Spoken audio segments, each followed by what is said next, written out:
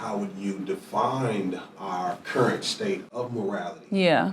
How would I define our current state?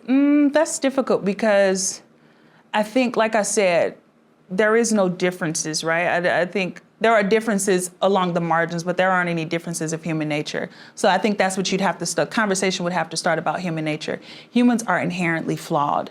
Morally, we're just morally inept inherently, right? And I think that's because of the sin nature, which I talk a lot about that. I recognize that everybody doesn't subscribe to like the Christian faith, but because I'm a Christian, we are morally inept just based off of our flesh, right? Being born into sin. We were born and shaped into sin.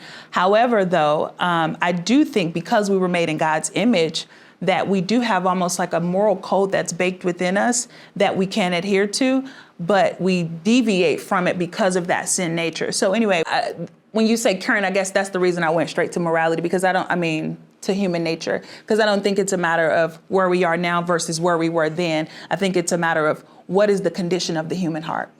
What is the condition of the human spirit? And how do we address our condition, right? Our heart condition, our mind condition, and our lack of whatever you want to put there, our lack of compassion, our lack of empathy, our lack of care, our lack of, good behaviors, and our consistent practices of bad behaviors, if you will.